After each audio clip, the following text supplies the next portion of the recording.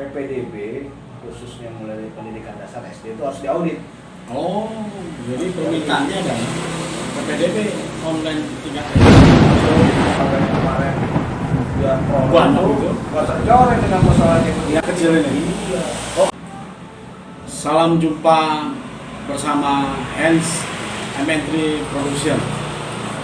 Hari ini kita akan berbincang-bincang dengan salah satu masyarakat Kebon Bawang berkenaan dengan PPDB online SD tahun pelajaran 2022-2023 yang mana sampai hari ini sudah memasuki detik terakhir dari PPDB online SD. Berkaitan dengan itu banyak permasalahan, banyak hal atau banyak fenomena yang terjadi. Nah, malam ini saya akan berbincang-bincang dengan salah satu masyarakat Kebon Bawang, yaitu Bang Hari Langitan. Halo, Mana kabar sehat? Alhamdulillah. Iya.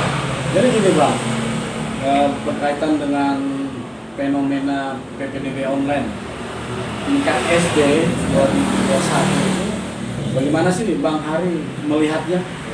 Oke, terima kasih atas pertanyaan Anda. Saya ini hanya menjalankan amanat konstitusi sebagai peran serta masyarakat dalam mengawal kebijakan-kebijakan yang hak anak untuk mendapat pendidikan yang layak kan sudah diatur dalam baik itu undang-undang dasar maupun sistem di bawahnya undang-undang. Yeah. Kita bicara untuk sekolah dasar itu kan yang fundamental, SD itu kan usia wajib belajar ya. Kalau kita di undang-undang Sisdiknas itu wajib belajar tuh 7 tahun sampai 15 tahun kalau nggak salah. 15 tahun ya, kita ada 8 tahun ya. Oke. Nah, PPDB ini kan sudah berjalan seingat saya sudah lama ya. 12 tahun yang lalu anak saya istilah bukan PPDB cuma sudah jalur online. Nah, di situ memang umur yang menentukan dari patokan ya, karena itu perintah undang-undang kan itu sudah memang 7 tahun dan nggak dikenal calistung ya kan, calistung nggak dipakai lagi.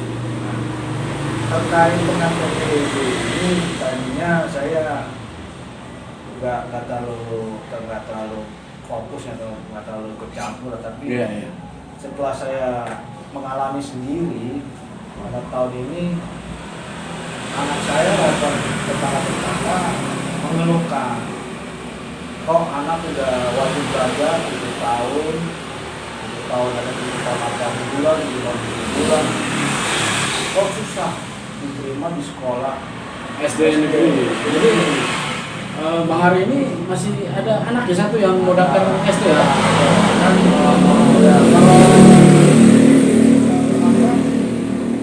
Tujuan untuk SD sekolah negeri kan dia harus dekat dengan rumah ya kan? Oh, harus dekat rumah. SD itu masuk donasi bukan? Ya, itu masuk harga donasi. Saya pas saya perhatikan di dalam perintah PPDB tahun ini agak janggal. Itu saya fakta yang saya lihat di SD dekat rumah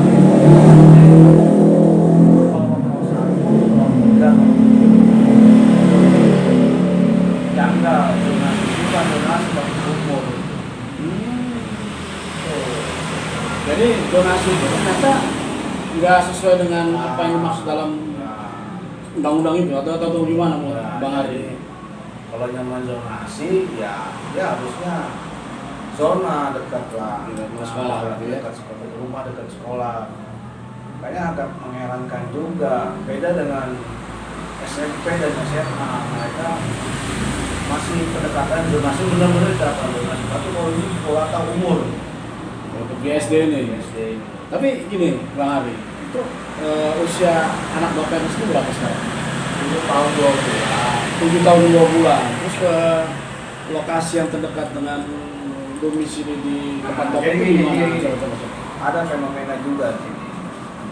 Ternyata setelah fakta yang kita telusuri itu melalui sistem PPDB online itu banyak usia rata-rata 8 tahun. 8 tahun. Nah, tadinya saya mengira itu apa karena COVID, kemarin ada pandemi COVID, mereka nggak ada sekolah. Tapi setelah saya ngobrol sama salah satu pengawas sekolah di salah satu di tempat saya tinggal di wilayah Kecamatan Teluk ini, dia bilang iya fenomena ini memang aneh. Oh enggak, ini Pak. Jadi Bapak udah diskusi dengan pengawas. Udah salah nanti saya jangan potong dulu ya. Jadi iya. pengawas itu mengatakan bahwa anak-anak ini kenapa bisa ada 8 tahun, 9 tahun, sebelumnya pernah sekolah di sekolah swasta. Oh, pernah di sekolah swasta. Sekolah swasta. Sekolah swasta itu, ya. Dan kan kalau dia sekolah swasta, SD kelas 1, berarti dia sudah punya dong namanya nomor induk siswa nasional. NISN. Karena itu diatur dalam undang-undang Permenas, ya kan? Undang-undang nomor 20 tahun 2003 itu ya. Setiap anak itu kalau masuk usia wajib sekolah dia dapat nomor induk nasional. Juga kan dalam kependudukan juga diatur nomor induk kependudukan. Nah, yang domainnya itu kan Kementerian Dalam Negeri. Iya, kalau nggak salah itu pernah Menteri punya lama ya. Siapa tuh Pak? Itu siapa ya? Effendi Muhadjir masalah ya? Ya, jadi gini. Mana coba? Kalau menurut informasi dari pengawas sekolah, ini akibat tidak terkoneksinya etika dengan NISN. Oh, ini ternyata tidak terkoneksi itu. Rata. NISN dengan Etika. Jadi kalau di sistem penerima PDB ini, nah, ketika di SD ini kan hanya memasuki nomor induk kependudukan. Oh, nomor induk kependudukan. Jadi menurut aturan yang lama dari Effendi Muhadjir itu kan udah bisa terkoneksi gitu kan. Artinya ada data-data anaknya. Kalau masuk jadi Menteri Muhadjir itu tahun 2019 supaya anak-anak wajib belajar itu terdeteksi ya. Udah sekolah apa belum, apa dia putus sekolah, ya. Iya. Nah ini kan kita kan Jakarta barometer. Ya. Kenapa itu nggak dilakukan? Itu. Jadi gubernurnya Anies Baswedan. Anies Baswedan ya. Yang banyak penghargaan, macam. Nah ini kok nggak diperhatikan sama dia? Ya, jadi banyak penghargaan tapi untuk masalah ini kurang perhatian. Saya bukannya apa? Ya cukup memprihatinkan, apalagi sekarang di masa penghujung berakhirnya beliau itu sebagai gubernur. Atau mungkin beliau sibuk lagi kemarin, banyaknya penghargaan. Terus ada lagi formula gitu kan. Ya itu kan biasa itu. Oh biasa. Karena ada lagi yang paling ini. Ini kok dibiarkan gitu ya? Atau tidak tahu kali, atau mungkin belum ada yang kan ada 4 tahun yang lalu sebelum COVID tuh 2019 itu ada demo kok. Ada itu ya demo protes persoalan anaknya berprestasi cuma karena umur. Jalur prestasi ya. Karena umur tetap aja kan. Dia harus umur tapi dia prestasi lah. Jadi kayak orang mau telur dulu apa ayam dulu? Ayam dulu telur. Ya. Akhirnya memutuskan itu lahirlah ide donasi untuk yang dekat dengan untuk memecahkan sekolah solusi. Nah, tapi dalam praktek kalau di sekolah dasar yang saya amati di SD Kebun Bawang, pokoknya faktanya fatal donasi, tapi ada kelurahan yang jauh dari sekolah. Jadi ada sekolah di Kebun Bawang donasi, tapi di luar dari wilayah Kebun Bawang. Nanti itu umurnya tua-tua. Nah, umur tua-tua ini diduga anak ini sebelum pernah bersekolah di SD swasta. Diduga anak ini belum sekolah, dititipkan kalau gimana? Namanya ya istilahnya SD transit lah. SD transit itu ada ya? Nah, jadi SD itu memang kemarin saya cek ke lokasi itu memprihatinkan sekali setelah ada kawan yang menjadi pemilik, salah satu pemilik lah. Dia mengatakan ya begini, ya kan? Kelas 1 rame, tapi kelas 2 sepi dan tinggal di mana. Jadi anak yang misalkan itu PDB yang bertambah dititipkan dulu. Ya, yang uniknya sih, yang uniknya. Disodori itu kalau sekolah-sekolah disodori surat pernyataan kalau mengundurkan diri dia harus membayar SPP selama 1 tahun. SPP itu. Bang Buko kali ya atau Enggak SPP aja. SPP. Rata-rata SPP itu paling kisarannya malah 100, 80 ya. 100 lah. Kalau hitungannya setahun kan, ya akumulasi bisa 1.500.000 lah ya kan. Kalau nggak bisa sekolah, nggak bisa pindah sekolah. Nah, pertanyaannya, apakah itu dikeluarkan surat rekomendasi? Kalau dia surat rekomendasi, berarti edisennya udah nggak di sekolah itu lagi dong. Ya, jadi ada pertanyaan gini, misalkan anak-anak yang sudah usia misalkan 8 yang kemudian dia masuk untuk tahun ini, apakah tahun pemain di sekolah atau tidak gitu kan?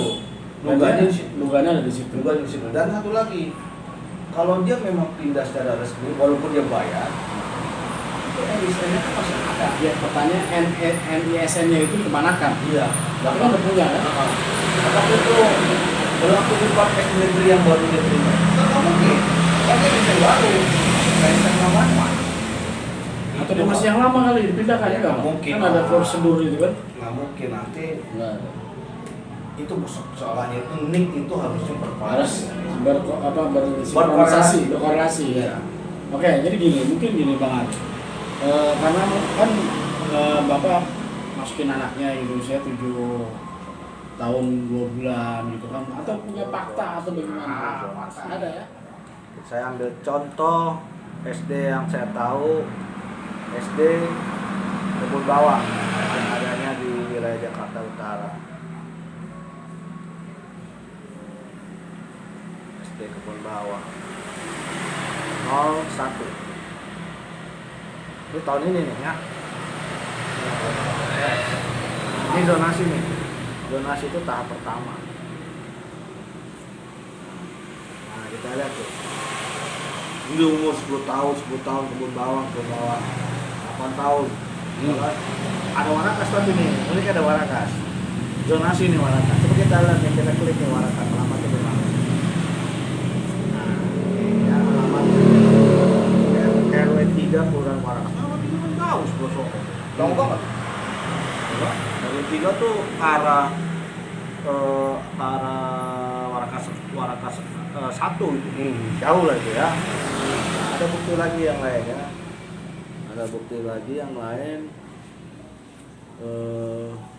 Ini Warakas lagi nih. Kita lihat alamatnya. RW 13. Jauh banget. Ini bukan zonasi. Apa ini ya? Bukan zonasi. Jauh itu dari sekolahan. Ini udah nggak aman untuk anak lah, kan? Karena dia jauh dari rumah, sekolah sama rumah jauh. Nah, umurnya 8 tahun pula lagi kan? Iya. 8 tahun, umur 8 tahun kan? 8 tahun ya kan? 8 tahun. Jadi itu Bapak ngelihat di ini ya Pak, di data itu ya? Ya, ini ada lagi. Di fakta ya, betul ya? Ini ada lagi Kelurahan Tanjung Priok. Ya kan, umurnya 8 tahun juga nih. Das, kita lihat. Nah, ini kita lihat alamat rumahnya. RW 1. Ya kan? Tanjung Priok. Nah, jauh itu kan. Dari sekolah. Oh iya. Berarti zonasi itu nggak masuk nih sebenarnya ya? Zonasi udah nggak masuk, jadi ini umur nih, tapi nggak tahu ini. Oh. Ya kan? Apakah sebelumnya ini mereka pernah bersekolah sebelumnya atau enggak, kita nggak tahu lah. Atau Bapak sudah pernah ini kali coba dicek anak-anak kita emang udah pernah sekolah atau belum itu? Bagaimana? Itu tugasnya itulah yang punya Instansi terkait gitu kali ya? instansi terkait. Tapi kalau mereka, harapan kita sih kita diikutsertakan untuk dari tim cari fakta kalau mau gitu. Gitu. Nah, kita sampel lagi nih di itu 01 favorit katanya ya. Iya. Favorit sekarang 03. 03 ya, Kebun Bawang ya. 03 ini umur. Nah, ini kelurahannya bagus nih, Kebun Bawang. Kebun Bawang ya. Kebun Bawang semua nih. Cakep lah nih ya. Sampai ya. Kebun Bawang. Kebun Bawang. Sekarang kita masuk jalur afirmasi ya, kita cek ya. Iya. Karena yang kedua tuh afirmasi. Jalur afirmasi kita ambil yang DTSK. Karena banyak DTSK itu kan nanti kan bisa menerima KJP ya. DTSK. Kita lihat Kebun Bawang 01. Kita lihat Kebun Bawang 01. Ini ada Sungai Bambu nyata. Kita lihat RW 2 Sungai Bambu. Dia tuh kalau mau yang nempel sama itu ada sekolah SDN Sungai Bambu 01. Ya, apa dia ngambil ke Kebun Bawang ya kan? Ternyata sini juga afirmasi juga umur juga kayaknya nih ya. Atau kalau anak Bapak sendiri masuk ke SD mana sebenarnya, Pak? 7 tahun 6 bulan nih. Maaf ini, kalau anak Bapak SD mana seharusnya coba bisa masuk ke situ? Wah, itu memang apa? Kalau bicara itu nanti saya jelaskan tuh kalau. Oh iya. Oh ini data-datanya ya, faktanya ya Pak ya? Ya, kita bicara fakta. Oke. Ini faktanya nih. Siap. Kita buka lagi untuk fakta. Contoh yang saya tahu yang saya udah cari. Ya kan? Nah, tuh. Ini aja bisa ada nyantol Tanjung Priok. Ya, 4 bulan. Oke. Masih DPSK. DPKS. BPKS ya? Alamat rumahnya saya RW 14 Tuan. Tahu kan? Kesian sekolah ya. Jauh dari rumah. Kenapa kan banyak juga tuh. SD ya, sebenarnya zonasi yang benar itu apa sih? Ya. Ini yang fakta yang ditemukan tuh zonasi yang dimiliki PBB juga tapi untuk SMP yang faktanya saya tahu itu tuh zonasinya pas. SMP dengan SMA itu sesuai dengan zonasinya gitu. Iya, dengan data yang mereka tampilkan itu benar faktanya itu. Oh faktanya itu SMP, zonasi tapi yang fakta yang saya temukan SMP. Nah, ini jalur zonasi SMP. Ini valid kalau mereka nih. Oh SMP dengan SMP ya, valid ya? Valid. Ya. Sesuai dengan zonasi itu ya? Betul dia tuh istilah zonasinya benar-benar. Coba contoh yang terdekat dengan sini, misalkan sekolah mana? Yang saya tahu betul ya kan, dan SMP negeri 30. 30 ya? Dekat jalan ya. Nah, nggak jauh dari lokasi ya? Nah, ada sini ini kan. Coba. Ada RW-nya beda kan, ada RW-nya, ada RT-nya. Ini betul nih. Nah, dan dia nggak terpaut dengan umur nih. Oh dia nggak dengan umur ya? Iya. Kan jomplang banget kalau SD aja 8 tahun, ini SMP ada 13 tahun. Oh SMP 13 tahun? Iya, ada yang 12 tahun. Kan jomplang banget tuh. Ini ada yang 11 tahun. 11 tahun ya kan. Kan ini zona, benar-benar zona ini yang dipakai ini. Berarti SMP emang zonasinya ya, masuk ya? Jadi tidak pengaruh dengan umur ya? Ya, tuh zona tuh bagus nih. Nah, coba kalian kita cek di afirmasinya ya. Iya. Di afirmasinya itu SMP 30. Kita lihat nih, sini dia. Afirmasinya DPSK ya, kita ambil ya. Kita ambil KJP Plus. Ya kan? KJP Plus. Nah, saya ini sebagai bahan rekomendasi fakta aja ya. Ya, jadi tambahan faktanya lah ya gitu ya. Iya. Di sini RW itu tapi gini ya kan. Nah, kita lihat di sini dia nggak nyantumin umur nih. Ya, tapi kita suka data lengkapnya ya.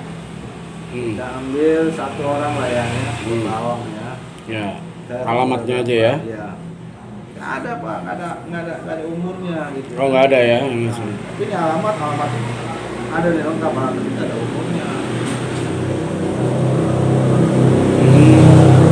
Terus coba kita buka yang ini atas lah ya. Iya coba. Nggak ada juga umurnya. Nggak ada umurnya di sini. Nah, tapi dia terdata di KJP Plus, PIP, KJP di sini buatnya. Saya nggak tahu waktu dia menginput apakah ada KJP itu ada nomor apanya gitu kan. Nggak tahu lah saya itu.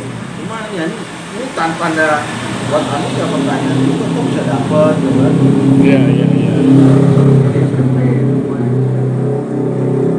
Nggak ada tulisan umurnya nih dia ini. Data ini. Jadi nggak ada umur, batasan umur ya, maksimal. Nggak ada batasan umur, informasinya diminimkan dia tentang umur. Oh. Di SMP ini, tapi di zonasi dibuat tuh ya kan. Oh, di zonasinya. Jadi biar di dalam ini dia buat umurnya ada lagi sini. iya coba. Ini ada kebun bawang kita lihat. Ada nggak data umur di input sama mereka?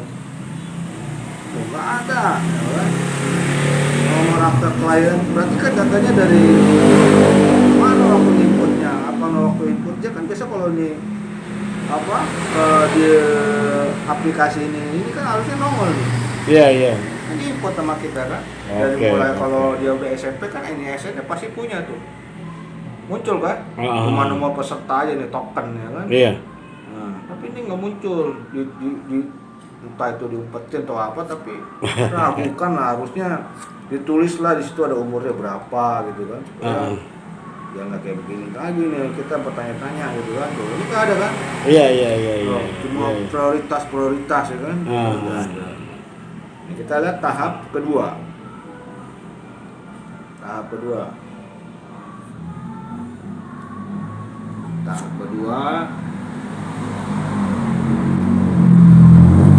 seleksi sudah habis. Oke. Ini tadi yang sudah kita lihat. Sebenarnya apa sih Bang Hari yang mau disampaikan? Mungkin biar kita tahu. Iya. Tadi kan fakta sudah kita kasih lihat terus penjelasan. Saat saya komunikasi dengan beberapa pejabat yang ditugasi untuk mengurusi pendidikan sudah dasar, mereka selalu mengatakan itu udah by system. Oh, ada sistem nggak ya? Ada sistem. Kita fakta sistem yang saya tekankan karena tadi sudah saya bilang ini ada persoalan, maka saya minta PPDB khususnya mulai dari pendidikan dasar SD itu harus diaudit. Oh, jadi permintaannya adalah PPDB online tingkat SD harus diaudit. Yang kedua, Pak Anies selaku gubernur yang masa di akhir jabatan ini, dia harus berani, dia harus keluar diskresi lah. Karena banyak yang kami temukan bukan anak saya saja. Oh banyak ya?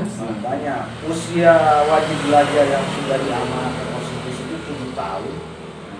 Dia berhak mendapat pendidikan yang layak. 7 tahun ya. Berdasarkan tadi kan, sistemnya tadi ya. Pendidikan layak itu mutunya ya kan, gurunya tersedia.